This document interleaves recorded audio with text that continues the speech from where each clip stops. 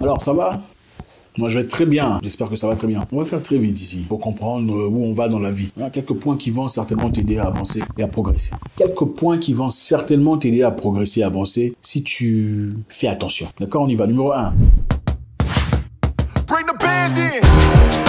Il faut trouver des gens qui veulent de toi le plus. Trouver des gens qui veulent de toi le plus. Trouver un business où on veut de toi le plus. Trouver une activité où on veut de toi le plus. Trouver des gens qui veulent de toi le plus. Trouver un business qui veut de toi le plus. Trouver une activité qui veut de toi le plus. Pourquoi? Parce que en trouvant des gens qui veulent de toi le plus, tu ne fourniras pas beaucoup d'efforts. Les choses seront simples. Ça sera paisible. Ça sera naturel. Tu n'auras pas besoin de changer ta façon d'être pour faire plaisir. Tu n'auras pas besoin de fignoler ton français, ton anglais, ton... Bon, c'est souvent le français, hein, faut dire la vérité.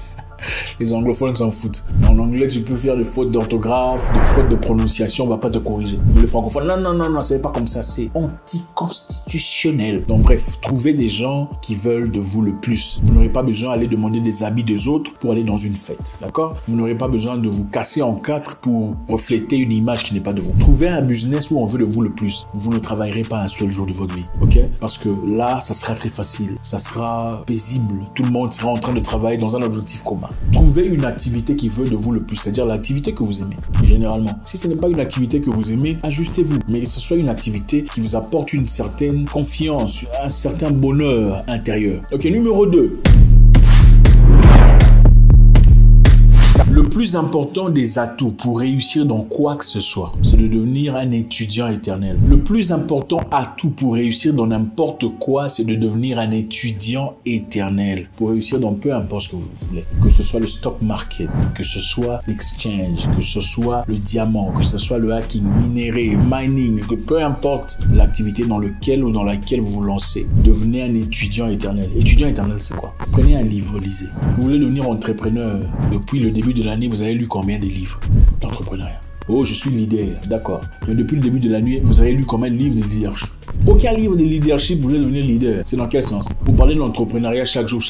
Quand est-ce que vous avez fait votre dernière mise à jour? Donc c'est important de devenir un étudiant éternel. Renseignez-vous. Vous êtes un vidéographe, apprenez des trucs nouveaux. Allez revisiter d'autres personnes, des trucs que vous avez vus dans le passé. C'est important. Regardez l'autre personne ce qu'ils font. Comparez ce qu'ils font à ce que vous faites. Ne soyez pas trop noyé dans vous-même que vous devenez narcissique. Vous pensez un peu trop de vous-même. Vous êtes un designer, peu importe le sujet, ingénieur, informatique, vous êtes peu importe ce que vous êtes. Ayez le temps de vous renseigner, de toujours chercher à apprendre, à vous améliorer, à toujours peaufiner, améliorer, devenir beaucoup plus que dans le passé. Un éternel étudiant. Vous savez, les autodidactes, généralement, font beaucoup plus de prouesses que les gens qui ont fait l'école normalement. Ah ouais, vous savez pourquoi? Parce qu'ils sont prompts à faire des recherches. Sachant qu'ils n'ont pas les qualifications, ils ont toujours envie de faire des recherches. Ils ont toujours besoin d'aller fouiner, découvrir. Qu'est-ce que cela veut dire? Le mot là, ça veut dire quoi? Cette science-là, c'est quoi? Comment on fait pour comprendre un peu le commerce? D'accord? La science de finance, c'est quoi?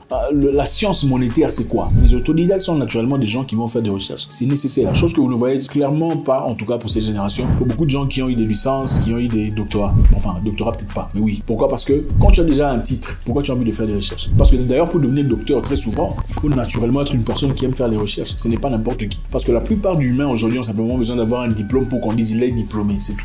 Mais ce diplôme, c'est sur base de tricherie. Oui, Moussavou, la question là, c'est quoi? Ouais, voilà. En réalité, dans sa tête, il n'y a rien. Cerveau zéro. Parce que ce n'est pas un étudiant éternel. Numéro 3, pour réussir dans la vie. Si vous ne pouvez pas décider sur un sujet, vous ne savez pas s'il faut dire oui ou non, la réponse est non. Si vous ne pouvez pas décider sur un sujet pertinent, vous n'avez pas de réponse, la réponse est non. Oui, c'est ça. Si vous posez la question, est-ce que je dois acheter cette voiture? Non. Et vous n'êtes pas sûr? Non, il ne faut pas l'acheter. Est-ce que j'ai assez d'argent pour me procurer cette histoire? Vous n'en avez pas. Si vous ne savez pas décider, est-ce qu'il faut que je garde cette fille dans ma vie ou pas? C'est-à-dire que c'est non. Peut-être que c'est clair. Votre esprit devrait savoir naturellement si elle vous apporte des choses ou pas, n'est-ce pas? Si votre esprit n'est pas clair, votre âme ne vous interpelle pas, votre cœur ne vous dit rien. C'est-à-dire que c'est clair. Ce qui est important, nécessaire dans votre vie devrait être clair, évident. Il n'y a pas de négociation, il n'y a pas d'excuse, il n'y a pas d'explication, n'est-ce pas? Voilà. Si vous devez vous poser la question de savoir est-ce que cet homme est bon pour moi, il n'est pas bon pour vous. Ça devrait être naturel. La capacité de rester calme dans le conflit est un pouvoir extraordinaire. La capacité de rester calme dans le conflit est un pouvoir extraordinaire. Vous n'êtes pas toujours obligé de crier quand vous êtes offensé. Vous n'êtes pas toujours obligé de faire le trouble, que tout le quartier sache qu'on a touché là où il ne fallait pas, parce que c'est arrivé. et restez calme. Vous savez, on m'a appris une chose. Dans une salle où les gens sont en train de parler, de discuter, et qu'il y a 3 personnes, ou disons qu'il y en a 7, et parmi 6 personnes ont parlé, c'est qui la personne la plus puissante jusque-là? C'est la personne qui n'a pas encore ouvert sa bouche. Parce qu'on ne sait pas ce qui sortirait de sa bouche. Pendant qu'il reste là à faire ça, pendant que vous parlez, vous expliquez, lui fait que ça. C'est la personne la plus puissante. Gardez le calme. J'ai une fois rencontré dans ma vie une fille avec un calme inouï. Même quand tu es habitué d'une vie des problèmes, hein, et que peu importe le problème que tu as, elle reste calme. Et après, tu dis, bon, écoute, est-ce qu'on peut en parler plus tard? Ça m'a choqué, ça m'a transformé. Le calme est très important. Finalement, tu comprends que ce n'est pas aussi compliqué que ça. Ce n'est pas aussi profond que ça. Gardez le calme. On vous insulte, gardez le calme. On vous dérange, gardez le calme. On vous critique, gardez le calme. On vous vilipende, on vous pointe du doigt, on vous ponctue, gardez le calme. La finalité, c'est que la personne qui vous attaque elle-même se posera la question, est-ce que je l'ai atteint ou pas? Parce que la réalité, c'est quoi? Beaucoup de personnes vous insultent. Leur objectif, ce n'est pas vraiment vous faire mal. Leur objectif, c'est de vous voir si vous allez réagir ou pas. Et si vous réagissez, ils ont atteint leur objectif. Au fait, il y a des gens auprès de qui il ne faut même pas réagir parce qu'en réagissant, vous leur donnez la valeur. Hey, il a réagi! Et voilà, vous lui avez donné la valeur. Gardez le calme et vous dissiperez beaucoup de problèmes.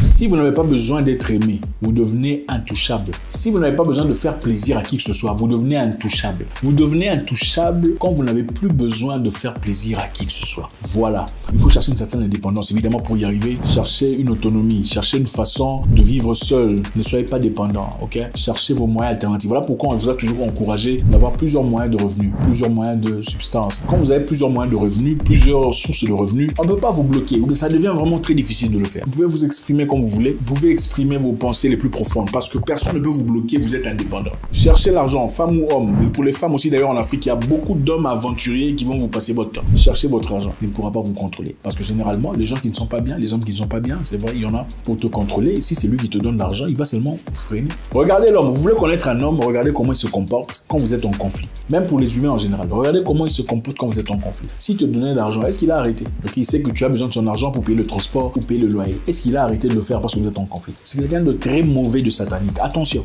attention. Il faut faire très attention. Cherchez des moyens. Quand vous devenez comme ça, c'est-à-dire vous n'avez plus besoin de faire plaisir à qui que ce soit, vous êtes intouchable. Beaucoup de personnes vous traiteront de prétentieux, orgueilleux, seulement parce qu'ils sont incapables de vous contrôler. Au fait, beaucoup de gens, moi par exemple, beaucoup de gens m'apprécient. Je sais que beaucoup de gens m'apprécient, beaucoup ne m'aiment pas. Parmi ceux qui ne m'aiment pas, ils m'appréciaient quand je disais les choses qui allaient dans leur camp, dans leur côté, de leur façon de voir les choses et la vie. Et à partir du moment où ils ont essayé de pouvoir me contrôler mon narratif, contrôler mes idées, et qu'ils ont senti qu'ils étaient incapables de le faire, ils m'ont détesté complètement. Mais moi, je m'en fous parce que, bon, je suis indépendant. Voilà pourquoi je peux me permettre de dire ce que j'ai envie de dire. Si vous n'avez plus besoin de faire plaisir à qui que ce soit, vous devenez puissant. Pour finir, il y a 3 choses dans la vie qui sont les plus importantes. Votre santé, votre mission sur Terre et les personnes que vous aimez le plus. Votre santé parce que c'est nécessaire. Sans ce corps, vous ne ferez rien. Prenez-en soin. Nourrissez-vous correctement. Allez faire du sport. C'est important, même pour les femmes. Écoutez, on ne veut pas des femmes à 40 ans qui disent hey, j'ai pas mal au bassin. Mal de tout ça. Moi, je vais te quitter. Je te laisse. Je vais chercher une petite là de 23, 24, 25. Je m'en fous. Je m'en fous. Il faut commencer le sport. Commence le sport pour être bien. Comme ça, quand tu es jeune, tu te fortifies. À 40 ans, tu es encore une femme. On marche avec ton sang que, la femme. C'est ça. C'est pour toi. D'ailleurs, c'est pour ton bien-être. L'objectif, ce n'est pas pour faire plaisir à Zach Mukasa. L'objectif, c'est qu'une femme à 40 ans peut être beaucoup de choses. Elle peut être obèse dans des conditions, ici, on ne parle pas d'obésité de santé, qu'on ne peut pas contrôler. Il y a des obèses qui sont obèses parce qu'elles mangent trop, elles ne foutent rien. Il faut aller regarder des stupidités à Internet. Ne soyez pas cette personne. Votre mission sur Terre est très importante. Vous êtes là pour quoi? Vous n'êtes pas là pour tout le monde. Vous ne serez pas aimé de tout le monde. Pendant que vous serez dans votre mission, dans le train de votre mission, vous aimera pas. Pas tout le monde vous aimera. Il faut avoir cette capacité de dire je m'en fous. Pas je m'en fous à votre mari. Soyez poli. Je m'en fous aux gens qui sont là, qui ont des choses à dire, qui veulent dire des choses, qui pensent pouvoir savoir. C'est votre mission. Les gens ne comprendront pas votre mission. Voilà pourquoi elle vous a été donnée à vous et pas à eux. La troisième chose la plus importante, c'est les personnes que vous aimez dans votre vie. Les personnes les plus importantes de votre vie. Vos parents, vos frères, votre mari, vos enfants. Prenez-en soin. Ok, leur opinion est importante. L'opinion des autres, ça n'a aucun sens. C'est vrai qu'il faut se regarder en face, il faut se poser des questions, mais il ne faut pas vivre sur base de les gens m'ont regardé, est-ce qu'ils ont vu, qu'est-ce qu'ils pensent. On s'en fout de tout ça. God bless.